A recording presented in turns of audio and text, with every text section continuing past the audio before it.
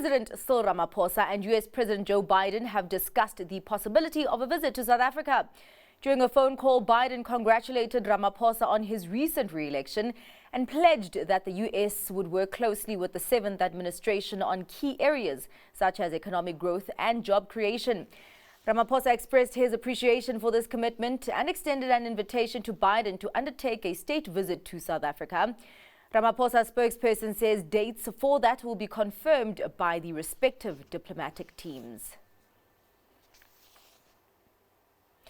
Private sector activity fell in June. The S&P Global South Africa PMI fell to 49.2 points during the month. That's from 50.4 previously.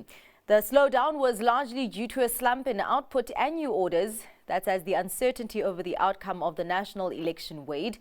Looking ahead, S&P believes that the drop may be temporary. That's as sales could recover in July as firms return to normal activity. Bidvest is restructuring its financial services unit and it's putting Bidvest Bank and Fin Global up for sale. The firm says it wants to achieve scale and growth by maintaining a strong balance sheet and that this restructure allows it to set these businesses up for their next phase of sustainable expansion whilst recycling capital to position the group for continued growth. Bidvest plans to identify a buyer or buyers for the assets before the end of the year. Sticking with Bidvest, the industrial conglomerate is growing its portfolio. It's agreed to buy Citron Hygiene for an undisclosed amount. That firm provides washroom hygiene products and services in the USA, Canada and UK, and about 90% of its revenue is recurring. Bidvest says the acquisition aligns with its strategy of expanding its international presence in hygiene services, facilities management and the distribution of plumbing and related products. 2 former Absa employees will go to jail for creating fraudulent bank accounts to steal funds from foreign passport holders and deceased citizens. The pair identified and reactivated 18 dormant accounts. These were used to funnel stolen funds to the tune of 1 million rand between 2019 and 2021. Absa staff and police investigators caught the 2 perpetrators who pled guilty. Shifting focus abroad, Germany's Lufthansa won EU antitrust approval to buy a 41% of Italy's ITA Airways for €325 million after ceding routes and slots. Here's more detail in this package report. Lufthansa finally won EU approval to buy a stake in ITA Airways on Wednesday. The deal is for 41% of the Italian airline and worth $350 million. The German carrier promised a swift integration of ITA in a statement. The deal follows an antitrust review by the European Commission. Both Lufthansa and Italy's Ministry of Economy had offered multiple remedies to get the agreement through. EU antitrust head Margrethe Vestager said the remedies fully addressed competition concerns. She further said it ensured a sufficient level of competitive pressure remained on all relevant routes. The Commission confirmed Lufthansa and ITA had agreed to cede Italian short-haul routes to 1 or 2 rivals. Lufthansa can only close the deal once rivals start operating the routes. Analysts say it will not be easy to turn around ITA, and Lufthansa will likely need to make a significant investment to rebuild it. However, it should boost Lufthansa's presence in the lucrative southern European market and offers key long-haul routes. Tech giant Meta faces yet another legal challenge as the EU probes Facebook's user data collection practices, which may violate the EU's Digital Services Act. For more details, let's turn to our reporter Anathi Ndevu for more. And that's right, Zinati. Facebook's parent company, Meta, has frequently been the focus on numerous EU investigations, typically centered around data security. And as we speak currently, there is a new case that is pending in Brussels.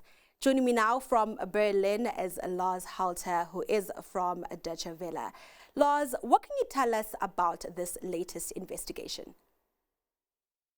Thanks for having me. This latest investigation comes as Facebook has introduced different subscription models. Now, we might have to go back in time here for a bit. Facebook, in its early days, promised users to never ever charge for its services. Of course, users knew that the company had to make money somehow, and many at the time likely thought that selling advertising would be the company's goal.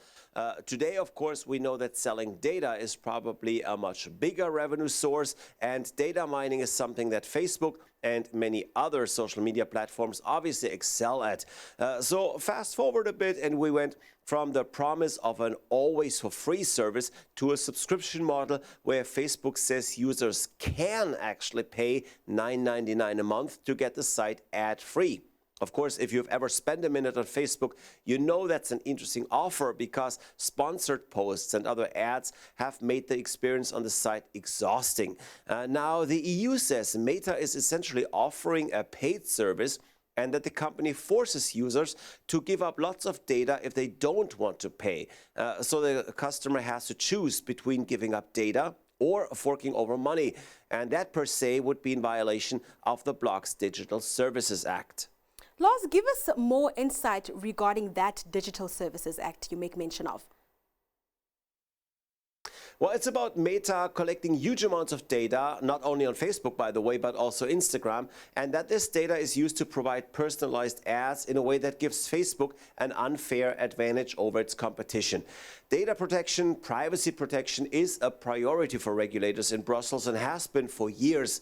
And here with Facebook's ad-free subscription, Brussels senses a scheme. The European Commission says, quote, that this choice forces users to consent to the combination of their personal data and fails to provide them a less personalized but equivalent version of Meta's social networks. And we of course know, Lars, that this is not the only investigation Brussels is conducting against Meta. So give us an inkling on some of those updates. No, not at all. Facebook, or Meta for that matter, has regularly been targeted, and another current investigation is into whether Facebook does enough to prevent kids and youth from falling into a social media kind of addiction. The European Commission alleges that Facebook and again Instagram work with algorithms that are leading to a so-called rabbit hole effect. It invites users to dive deeper and deeper into the platform through suggested posts, through clicks and links, and well, that's certainly so. Everyone who's ever used any of these platforms knows that they can be addictive through the simple fact that new content is presented relentlessly. Now, the question is, what is Facebook doing to protect kids? Is their age check sufficient? Is their data protected? The EU says likely not. For Meta, these investigations are not to be taken lightly. According to the Digital Services Act, the bloc can fine a company up to 6% of its worldwide revenue. So we're looking at potential fines of upwards of 10 billion euros. Lars, thank you so much for those updates. That was Deutsche Welle's Lars Halter.